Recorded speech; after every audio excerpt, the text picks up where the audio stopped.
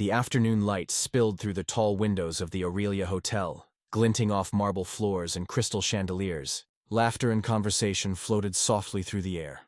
Practiced, polite, expensive. At the edge of it all stood Nora, a shy young waitress barely 2 weeks into the job. She moved quietly, trying not to exist more than necessary. In a place where money spoke louder than people, invisibility felt safer. Nora had grown up in a small, tired house with a mother who worked too much, and a brother, Eli, who was born deaf.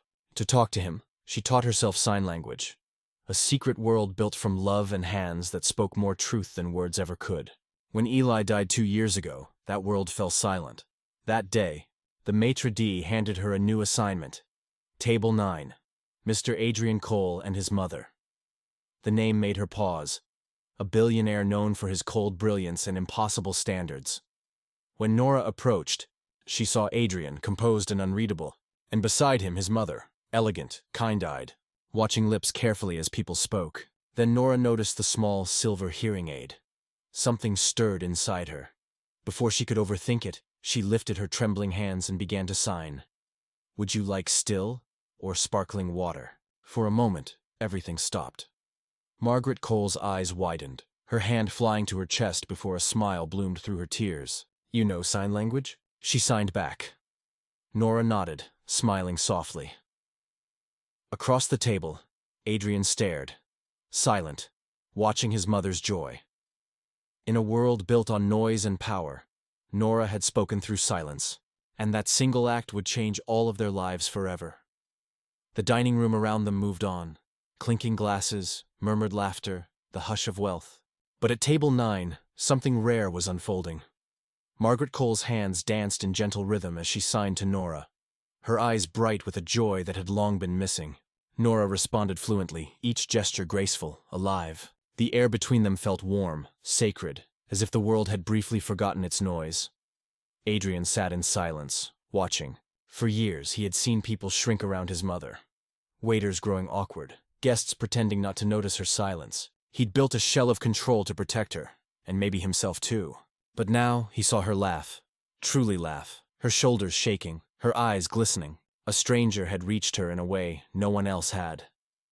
As Nora moved through the service, she felt Eli in every motion, the curve of a sign, the pause before a smile. Memories of him flickered like old film reels. His small hands spelling her name, his grin when he got it right. She hadn't signed since his death. Now, her fingers remembered everything, as if grief itself had been waiting for this moment to breathe again. When the meal ended, Margaret touched Nora's arm gently and signed, "Thank you. You made me feel seen." Nora's throat tightened. She signed back, "You reminded me that silence can still hold love." Adrian said nothing as they left, but his expression lingered. Soft, uncertain, thoughtful. That night, as Nora walked home through the quiet city streets, her heart felt lighter. For the first time in years, the silence around her didn't hurt. It hummed with memory, with meaning. Something in her life had shifted. Quietly, beautifully, forever. The next morning, sunlight spilled through Adrian Cole's office window, catching on the polished edges of his success. But for the first time in years, he couldn't focus on numbers or contracts. His mind kept drifting back to that shy waitress, to Nora, and to the way his mother's laughter had filled the room like music. He had built an empire on precision, on control, on the cold comfort of logic. Yet one young woman, with trembling hands and quiet eyes, had reminded him of something he'd forgotten. That connection, not power, was what truly mattered. Margaret couldn't stop talking about her. Through delicate signs and joyful smiles, she described every moment. How Nora understood without words, how she made her feel human again. Adrian watched his mother glow, her loneliness replaced with light, and deep down, he felt something shift, a crack forming in the armor he'd worn for too long. That afternoon, Adrian asked the hotel manager about Nora. The man hesitated, unsure, but Adrian's tone was calm, curious. "Bring her to my office," he said simply. When Nora arrived, she stood at the door, hands clasped, heart pounding. She expected reprimand, perhaps even dismissal, but Adrian's voice was gentle. "You did something yesterday that no one has done for my mother in years," he said quietly. "You made her feel included, Nora looked down, her voice barely a whisper. She reminded me of someone I lost. Adrian didn't press. He only nodded, understanding more than words could explain. By the time Nora left his office, she didn't know what would come next. But Adrian did. He would make sure the kindness she showed wasn't a fleeting moment. It would become something lasting. Something that could change more lives than just theirs. A week later, the Aurelia Hotel felt different. It wasn't louder or busier. It was warmer. Adrian had quietly arranged something extraordinary. Every staff member, from reception to the kitchen, was now offered free sign language classes.